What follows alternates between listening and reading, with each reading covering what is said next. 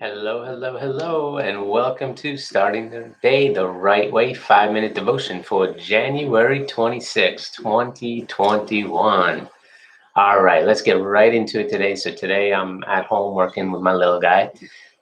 We just got notified in a couple weeks. We're going to attempt 5 days of in school. So, we'll see how that goes. So, he was mixed emotions, excited to see his friends, and not so excited, not that he's going to be home with mom and dad anymore. So we'll see how things go. Anyway, he was doing some math work, and I love math. And as far back as I can remember, I used to do math in my head. As we've been going through school with him, first and second grade, we told him to work things out on scrap paper and not use his head so much because he is a smart kid, but sometimes a little too smart. So we're going over math, and he's like, Dad, is 9 times 6 63? I'm like, nope. He's like, yes, it is. I'm like, dude, I'm like, it's not. I'm like, ask Alexa. So we ask Alexa, it's not 63. He says, I was only off by 1. I'm like, yeah, but you were wrong. So he's like, but it was only 1. I'm like, just do your work. Anyway, I had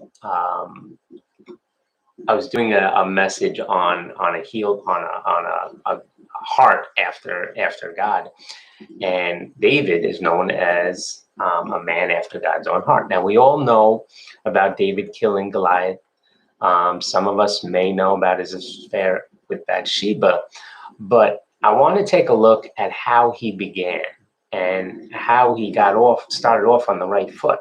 All right, I'm not going to read the whole chapter, but we get a lot about David in chapter 16. Okay, and when you have time, I'm not going to read the whole thing. Take a look on it on your own, and there is a lot of stuff in there. All right, so I'm going to skip around verses in there, but it comes straight from chapter 16.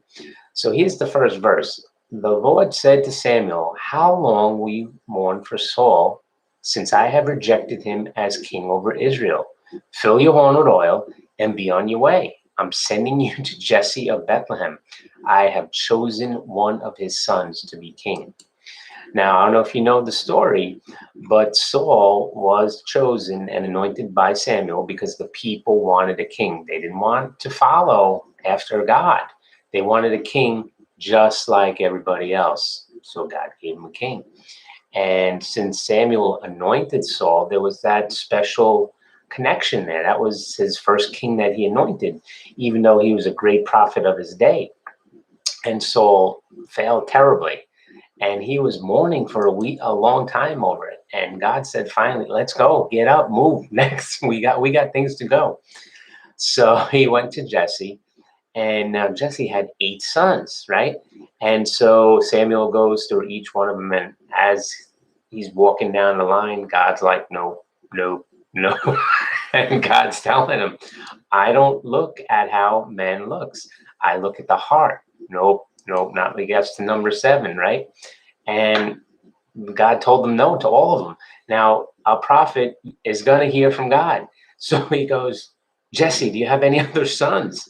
And he's like, yes, I have one who's taking care of the sheep, but he's the youngest, right? So Samuel said, go get him. And then when he got brought in the presence of Samuel, God told him, that's the one, that's him.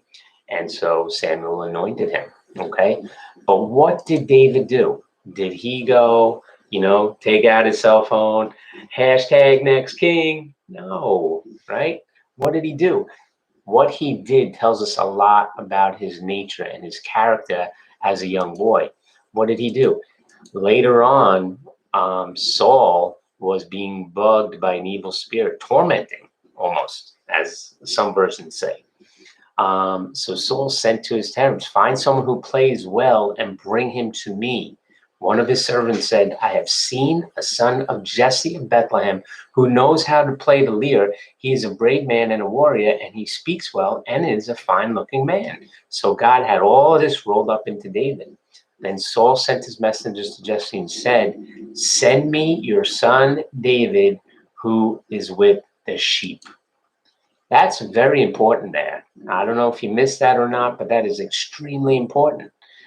David had the anointing, but he did not immediately go to the palace, right?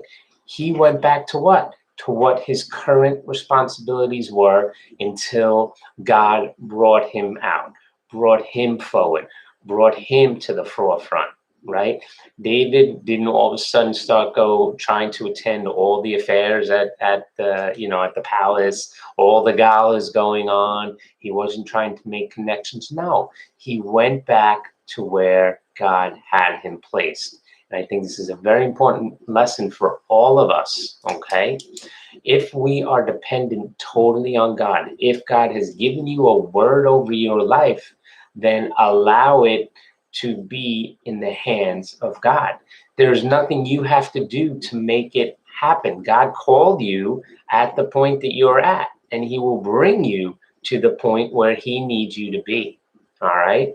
So just take your time, relax about things, and let God work it out. Okay. You don't have to do it. All right. Dig into this chapter here. Oh my gosh. I know I always say it, but there's so much more in this chapter. Anyway, hope this was a blessing. Have a good one. Bye bye.